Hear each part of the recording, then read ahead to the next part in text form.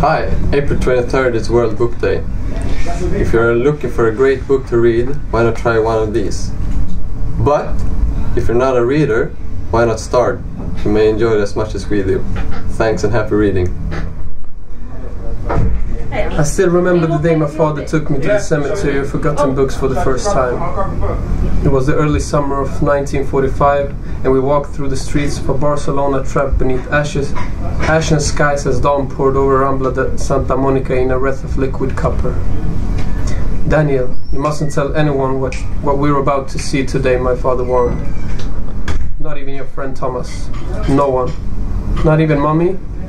My father sighed, hiding beneath the sad smile that followed him like a shadow all through his life. Did I spoil that? Yep. Ove vill faktiskt bara dö i fred. Ska det vara för mycket begärt? Ove tycker inte det. Visst, han borde ha löst den saken redan för 6 månader sedan. Direkt efter hennes begravning. Det kan han medge nu. Men så kunde han för fan inte göra. Hade Ove avgjort då, han hade ju ett arbete att sköta. Och hur skulle det se ut om folk bara slutade komma till jobbet till höger och vänster för att det hade tagit livet av sig? 43 years old, and the war occurred half a lifetime ago, and yet remembering it makes it now.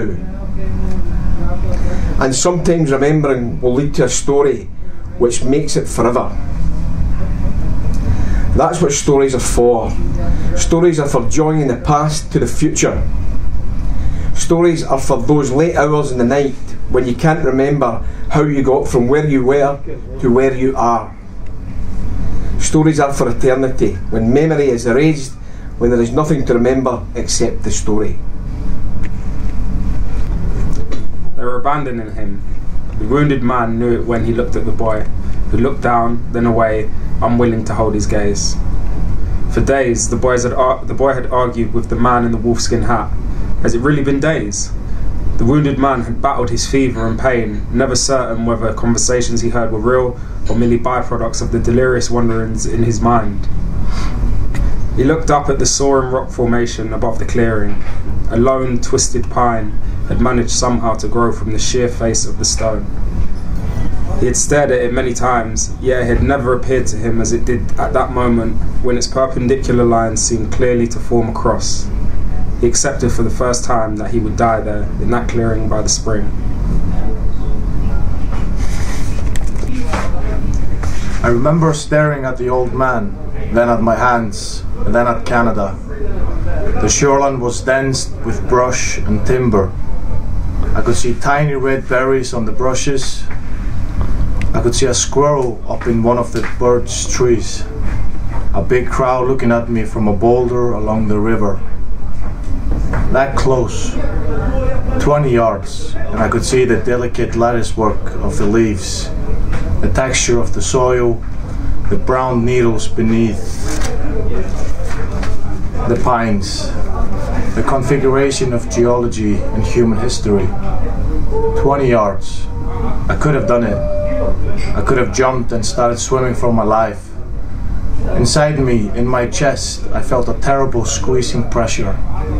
Even now, as I write this, I can still feel that tightness. And I want you to feel it. The wind coming off the river, the waves, the silence, the wooded frontier. You're at the bow of a boat on the rainy river. You're 21 years old. You're scared and there's a hard squeezing pressure in your chest. What would you do? And I suppose I should just tell you straight out what I discovered in that Istanbul collection and try not to think about it afterward. After all, you've inherited one of these nice books. He put his hand gravely on the stack of 2. If I don't tell you all this myself, you will probably simply trace my steps, maybe at some added risks. He smiled a little grimly at the top of the desk. I could save you a great deal of grand writing, anyway. I leaned forward. What are you trying to tell me? Dracula, he paused. Dracula, Vlad Tepes, is still alive. 6 days into what should be the greatest 2 months of my life, and it turns into a nightmare. I don't even know who will read this. I guess someone will find it eventually, maybe 100 years from now. For the record, I didn't die on Soul 6. Certainly the rest of the crew thought I did, and I can't blame them. Maybe there will be a day of national mourning for me, and my Wikipedia page will say Mark Watney is the only human being to have died on Mars. And it would be right, probably, cause I will surely die here, just not on Soul 6 when everyone thinks I did.